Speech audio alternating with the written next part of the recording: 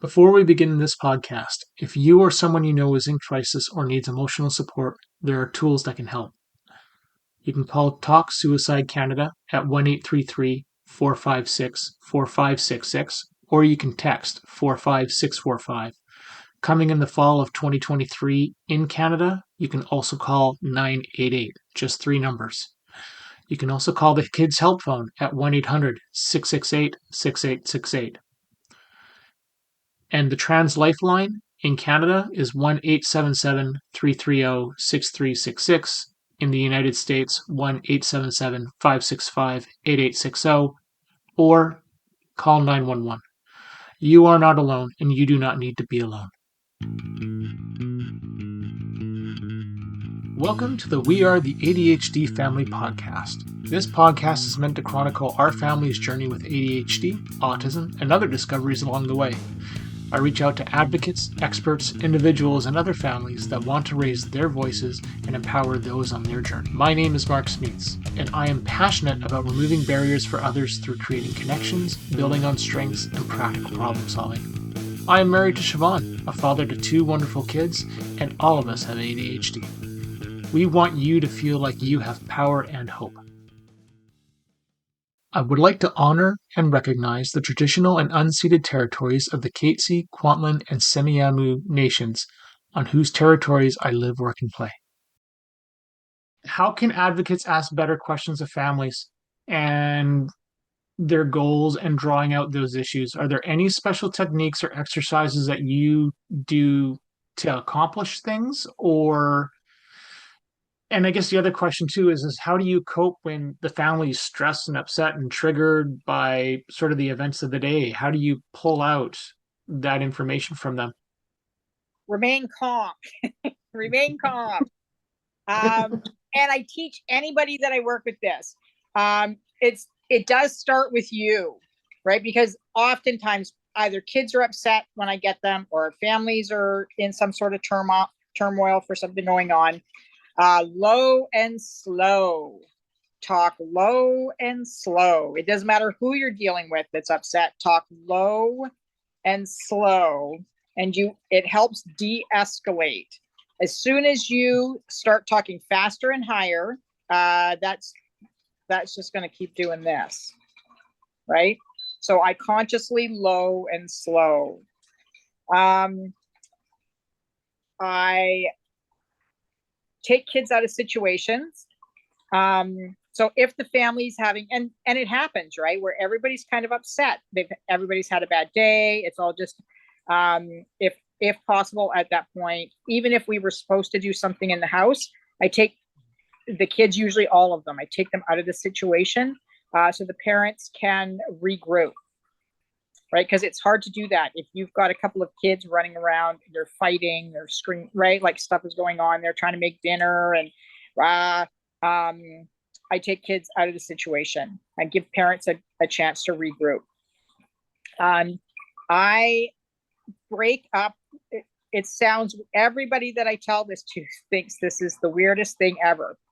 If the kids are in conflict, right? Like there's yelling, there's fighting, there's whatever. I use the floor is lava. I yell the floor is lava, and it breaks it, right? Everybody jumps for higher ground. Then I can take kids one at a time and talk to them about what's going on and how could we deal with this differently. And because you can't speak into it when there's that kind of chaos going on, you can't, right? It's like trying to break up a bar fight at that point, right? It doesn't matter what you do. I'll do the floor is Jello. Oh, there you go. But it's funny because what you're saying there, and that's something that, like, again, we learned the hard way. And one of the things that I remember one time, Owen must have been 3, somewhere around like that time, and it was probably around 11 o'clock at night, something like that. It was the forecast was thunderstorms and stuff, and he's full on melting down. I can't remember if this was before or after the where he did the thing in the house, where he tore things apart. But wouldn't have been his first time either. But that was just a worse night. Can't remember what was before or after that.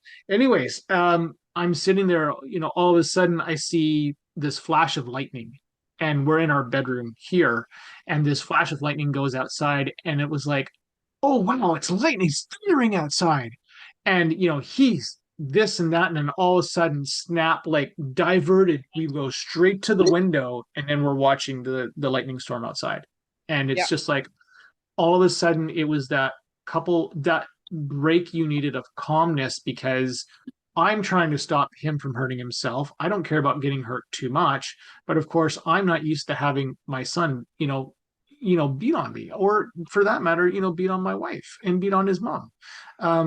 That's really, really hard and disheartening, and it breaks your heart. Um, the there was anyways, having that little break, like you were saying, of just throwing something out there, it can do so much. Yeah, it can do so much. Yeah, that's really where the relationship part of this also can play into it quite a bit. Like if it's your own child or if it's a child that I'm working with, like I work really hard to build a good, strong relationship with them. For that particular reason, I also use hard high fives because once kids are in fight or flight, they have adrenaline is like rushing through their body. They have to get rid of that. Hands down, they have to release that or they can't let go of what's going on. So I get them to give me hard high fives, like slap my hand as hard, and I make them keep doing it until I can visibly see their body start to relax. Right. And then I just keep encouraging, nope, harder. Nope, harder. Hit it harder. I hardly felt that. You need to hit me harder.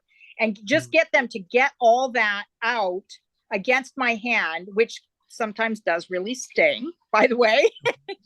But because unless they can release that adrenaline, you're not getting anywhere with them. If they can't let go of what's going on. They can't let go of the intense emotion if they can't get rid of the adrenaline that's rushing through their system. So I use hard high fives. I've found with the kids that's the biggest struggle with. It really works for the kids that I work with. It might not work with all kids. I don't know. I haven't tried it with all. and it's funny because doing something like a hard high five or something where the thunder sort of happens just out Yeah. of the blue, complete and utter fluke, that happened, and it's a way of sort of, the kids having a meltdown, the kids melting down, they're struggling, they're scared of the emotion that's going on inside, and this is a way to help them regain control and focus on just one thing as opposed to the thing that's going on inside of Yeah. them that is probably scaring the living what out of them. Yeah. And that's, those kind of techniques I think are they're very practical. I love them. Because I got, the next time I run into a kid who is struggling, I can sit there and be like, I could try the high five thing. Yeah. Or one thing I used to do with Owen is we used to go out for runs.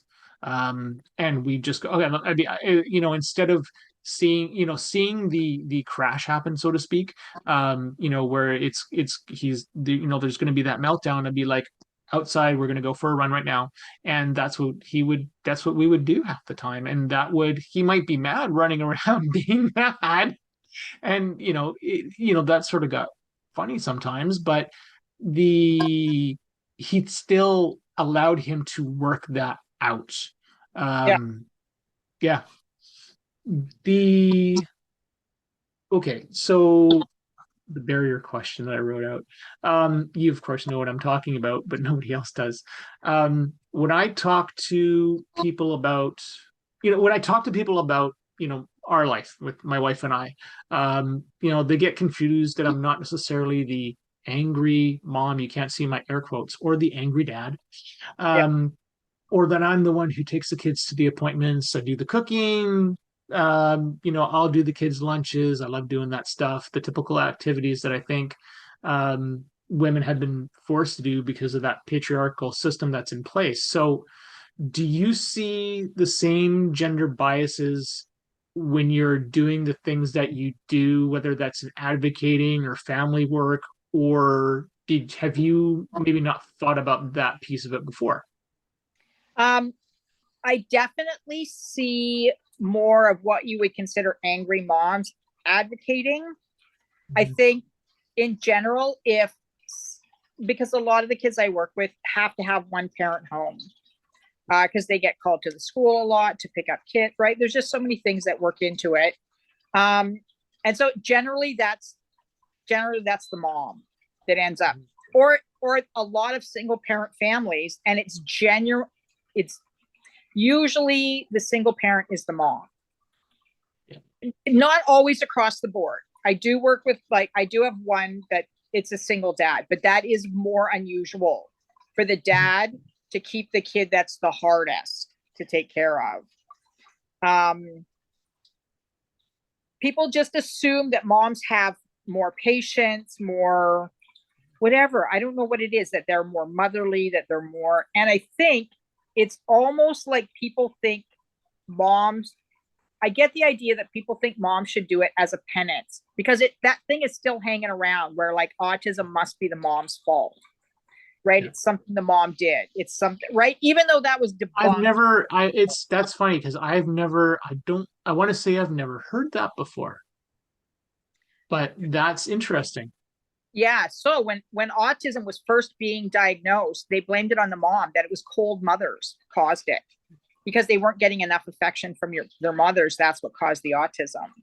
Oh, You that's should messed definitely up. read the hit. You should definitely read the history on that.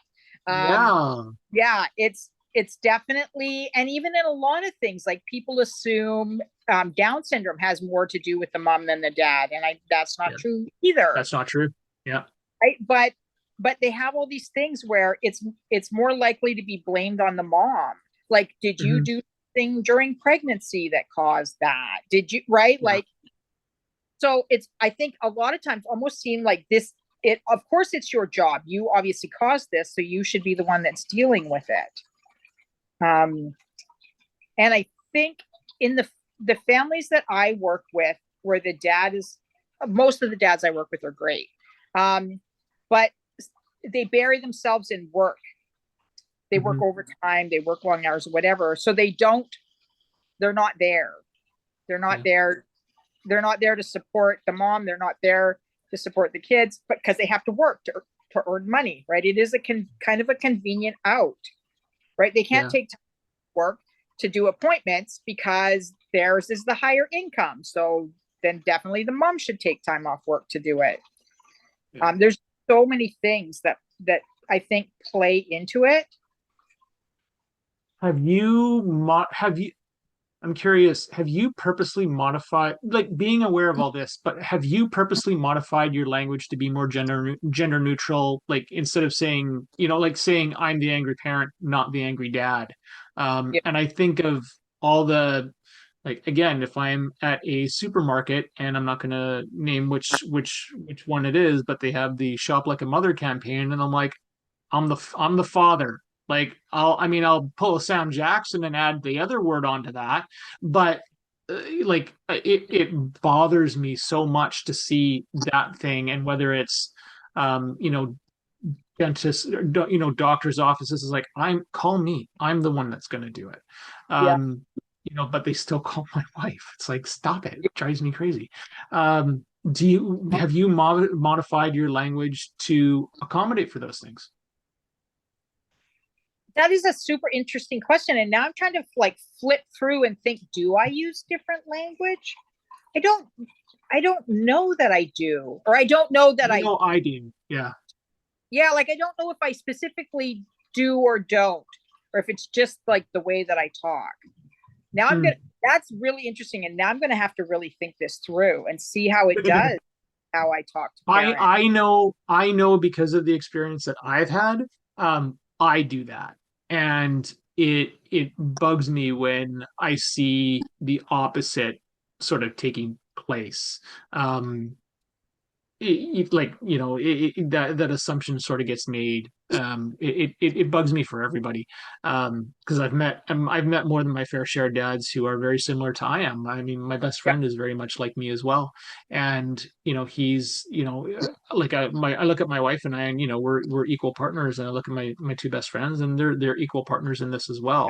yeah, But a society always wants to pit, very much like the funding thing that we talked about earlier. Society wants to pit men against women, women against women, men against men. yeah, Survival of the fittest, this whole alpha male BS sort of thing that goes on. And it's yeah. not healthy at all. No. I I think maybe so. The moms that I know that are strong advocates, that are well educated about what's going on with their children, not necessarily well educated in like have a university degree, Mm-hmm. because there's kind of a difference there too, not a good or bad difference, just how people approach things. If you are dealing with doctors and teachers and stuff, you automatically get another level of respect if you have a university education. And Yeah. I've seen it in reports where they Okay. talk about the mom being like a stay-at-home mom, and Mm-hmm. it's not like they're saying mean things about her. It's just the way it's written down is very condescending, Yeah. right? Yeah. Instead, it just is. But moms tend to be better educated about what's going on with their kids. Like they Oh yeah. research, they look at it. They often are the Yeah. ones that have been home with them a lot and know kind of what's going on at a Yeah. very basic level, right? Can tell providers. Not that providers always listen and often don't listen to moms. Yeah. Um, Yeah. No, and and I think women in that sense, I mean, we've already said it. You already said it one way once with the education separation there, but the women again, you're just you're that parent. yeah, How how aggravating is it to hear that? And it's like, oh, you just came in the wrong room. You might want to turn around right now, yeah. please. Because you're about to enter not Funsville. Because yeah, I see it as dismissing of women, and I find it funny that we're doing this on International Women's Day, which happy International Women's Day, by the way. Um, but yeah, the gender bias for me, I mean, you and I've talked about this offline before. It bugs me to no end, and I just want to see the neutrality put in there, and have the playing field just sort of leveled, because it just bugs me. um, who who do you think the gatekeepers are that we need to call out, and what strategies do you have? So that is a funny question because I think the entire system gatekeeps itself, Hmm. right? Like there's a system in place, and they always talk like this has been the system forever, and it hasn't been. Like we have not been educating children in the school system like this for very long, really. Like in the history of man, this has not been a really a thing. And but once they put the system in place, they're not willing to stray from it, even if they know that there's other things that would work better, Hmm. even if they know it, and even if there's studies about it, right? Like look at the school systems in other parts of the world. Like the school system in Sweden Hmm. is set up way different than ours. They've proven that it has not hindered their children at all being schooled in a different way. And yet we hang on so tight to this. They must be in school from this. In fact, they're making it younger and younger. In Ontario, they have pre-kindergarten. They have kids at 3 and 4 years old going to school. That hurts my heart. It hurts my heart to think of them in school. And we just keep making it more and more school, even though we've proven That's not actually helpful. It doesn't lead to better outcomes, starting to teach them things. Their brains aren't ready yet. Their fingers are not ready at 3 or 4 to hold a pencil most of the time. If you look at, I saw some photographs comparing preschoolers' hands to like school age children, like 7 and 8 year olds. They're totally different. The physiology of the hand is totally different. They're not ready to hold pencils and write yet. And yet we're expecting them to do these things that they're not capable of doing. And then when they can't do them, we're like, oh, there's something wrong with that kid. Yeah. Isaac's kindergarten teacher was going to have every kid in her class learn to read by the end of kindergarten. And I'm like, so some kids will be reading by the end of kindergarten, but every child in that class is not going to be reading. And then she put in a super boring reading program. And, well, again, like you said, it's that system that only teaches kids one way of doing things that keeps it's just negative reinforcement. Yeah. He was positive. Isaac thought himself that he was never going to learn to read because he wasn't reading when most of his friends were reading. And it was just pushed so hard in school that he should be reading. He was positive he was never going to learn to read. He didn't really read until he was 12. And that's not unusual. Nobody says that, right? Nobody's saying that. It's actually not unusual for boys to not learn to read until they are 12. Why is nobody talking about that? Right? Why are we pushing them to read at 6 or 7? Or younger. I mean, yeah. I know with our kids, we would do certain things that we like visual recognition of our own certain things, certain signs. We started that at whatever age that was. I mean, both of the kids were really young. Oh look, there's 7-Eleven. Owen was able to spot a 7-Eleven a mile away. Yep. And it might not have necessarily recognized the letter, the words per se, but he knew that's where Slurpees came from. So hey, that part was always good. But again, to that point of we're just focusing on one way of doing things. We're not trying to get better outcomes. We're just using. You're using a hammer to. Actually, not even. I don't even think hammer's the right word. You're using a drill with a Phillips head when you should be. Oh, that's totally nerd. You should have. You're using a drill with a Phillips head when you've got a screw that has a slot. Yeah. Like, it's not the plus sign. You just need the one, and it's not going to work on that drill bit. Yeah.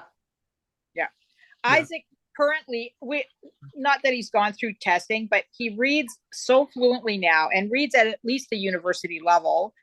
From a kid that couldn't read until he was 12. Like they act like if they can't do something by a certain age, that they will never learn it. And that is just not true at all. Not true. No. And I'm going to piggyback off of that. So for me, I was held back in grade 3. And I had to repeat grade 3. But I didn't fully understand the reasons why, actually, up until a couple of weeks ago, when I was bugging my parents again, because I asked them over the years, but I finally got a half decent answer this time. And I always thought that I was the dumbest at math. And I struggled with math and other subjects. Partly I didn't know the ADHD was a thing, but going through those things, I thought, part of my mind wandering all these other places, but also the lack of self-confidence that I had when I went through when we were pregnant with Owen, and this would have been when I was 37 or 38.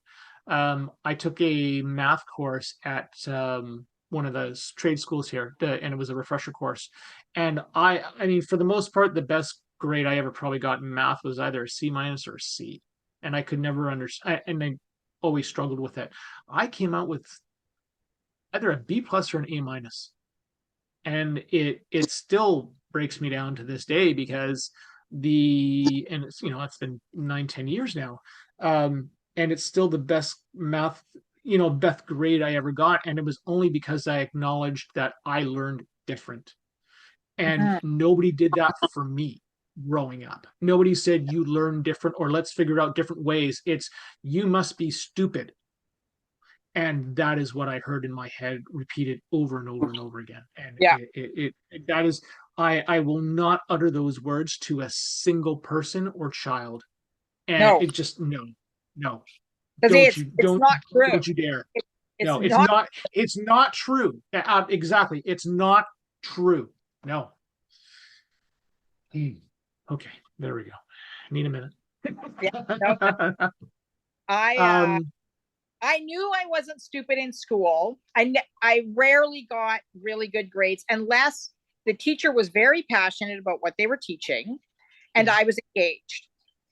Right? If I, like English, oh my gosh, I loved English so much. Loved English. Always straight A's in English. Um, Math, not so much. But when you look back through my report cards, you can see the things that I was interested in and had engaging teachers. Social studies, I'm not particularly interested in that, but I had a super passionate teacher in grade 11 and 12 for social studies. I got great grades, like high 90s. Mm-hmm. And anything I was not interested in, I was exactly a C student. I put in exactly enough effort to get a C and nothing more. Yeah. So you can see, like, I'll have like a couple of A's for whatever I was interested in, and the rest solid C's all the way down. And the comments are, they called me Patty when I was little. If Patty would just stop daydreaming, if Patty would actually pay attention in class, right? But it wasn't engaging for me. And I could meddle in daydreaming. Like I can snap into a daydream like that. So the kids I work with, because I have a couple girls I work with that are me at that age, yeah.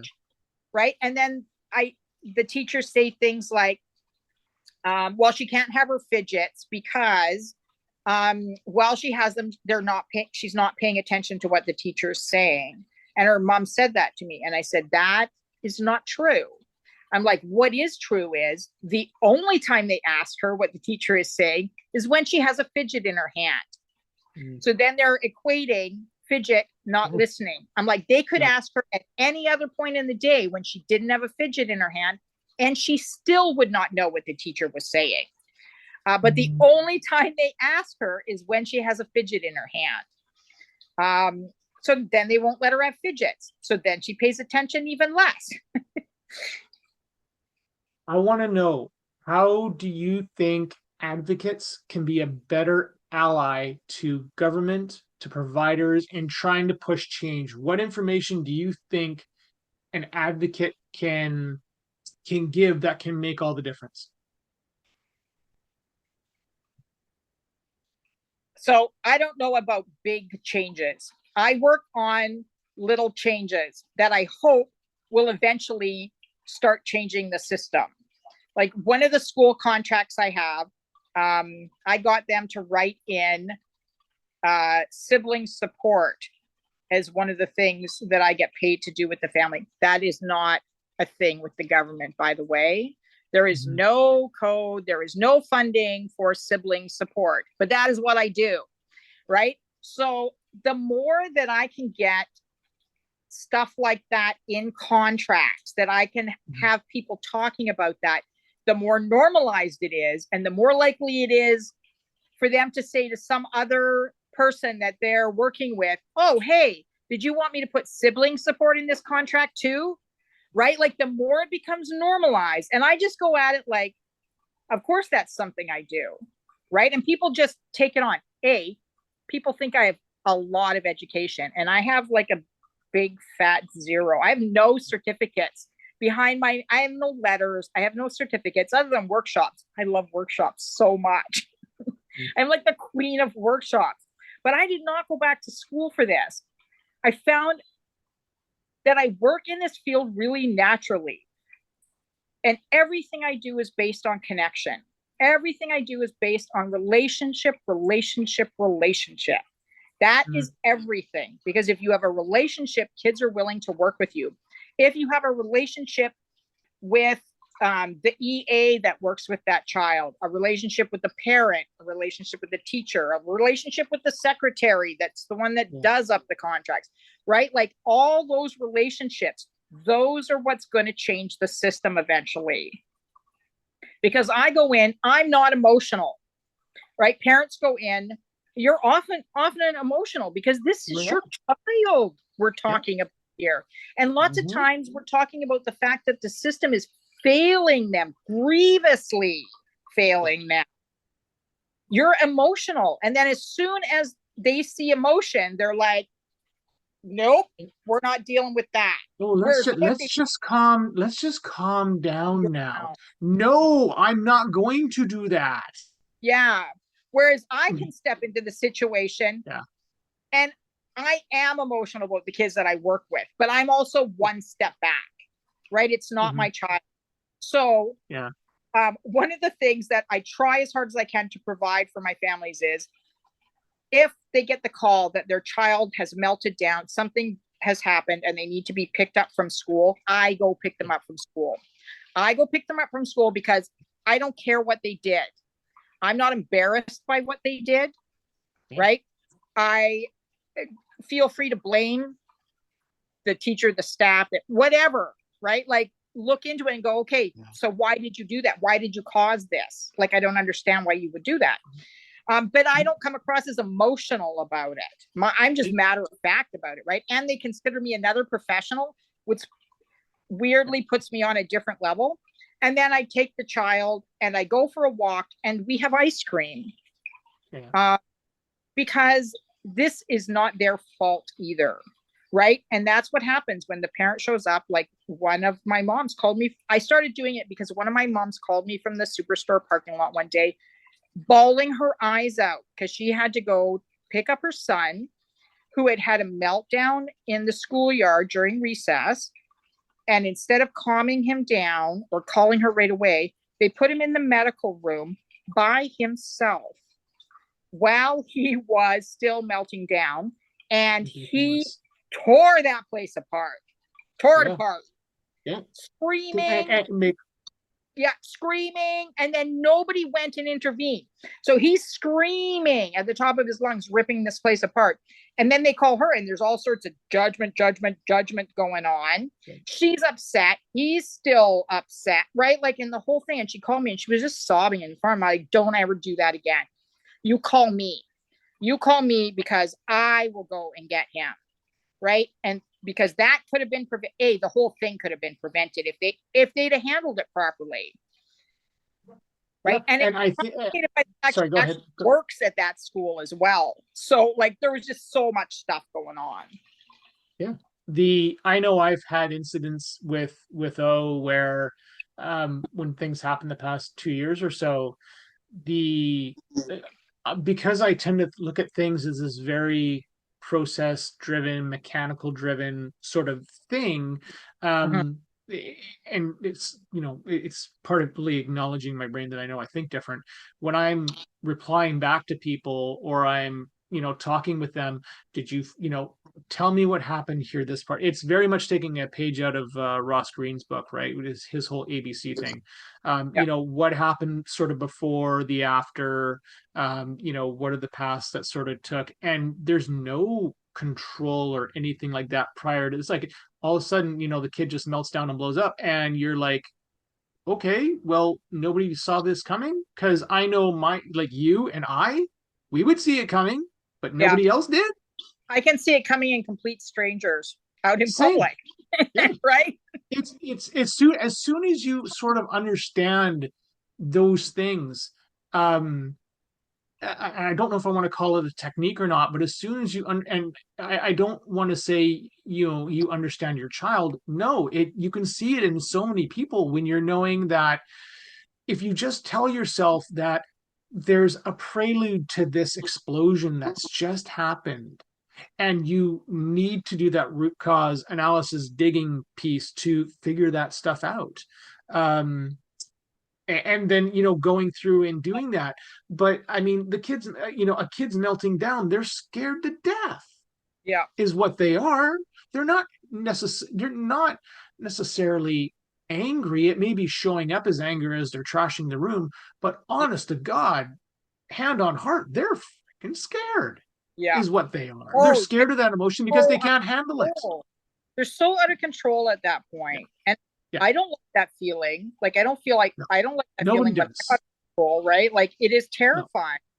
No. The And it's funny because if you ask an adult, do you like it when you lose control and you're really mad and you totally, you black out or something like that? Well, no, I don't like that at all. Well, and this is something I was saying to my wife earlier yesterday.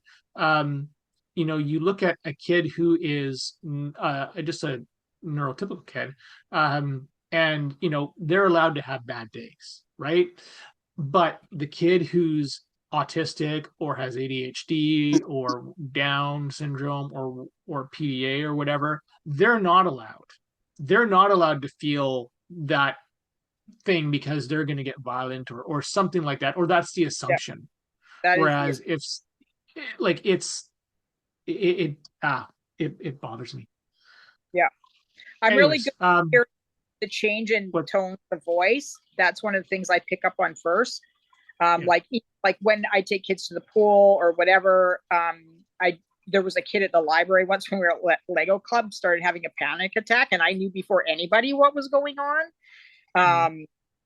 Right, because I can hear that. That's why I like the kids on Zoom if they're willing to keep their cameras on, because I can see their faces, right? Yeah. So I can often tell what's going on for them if I can see their faces.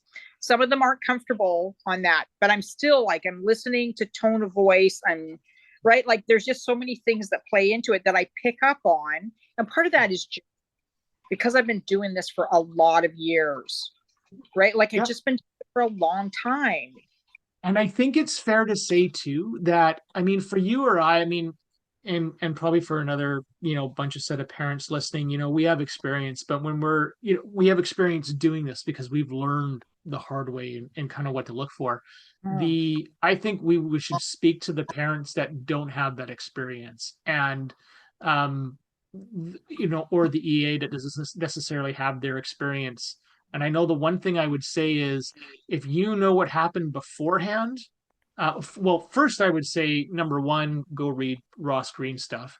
But I would say, if you don't know what happened beforehand, or you didn't see that, or you don't understand how your actions can influence that child depending on what your answers are, start there. Start right there in understanding the root of those things. And sometimes, I know this was the case in Owen's case, something could be bugging him from a month ago, last week, yesterday, 2 years ago.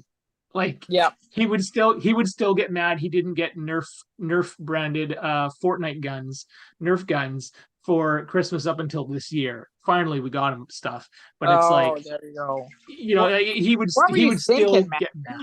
Yeah, I know. I just don't want him to. Thank you for listening to the We Are the ADHD Family podcast. If you want to be a guest on the podcast or know someone who would make a great guest, my contact information is in the show notes. This podcast is open to everyone. You don't need to be an expert, just passionate and want to see change. The opinions expressed by the hosts and guests are not associated with any employer or organization unless otherwise stated. We are the ADHD family.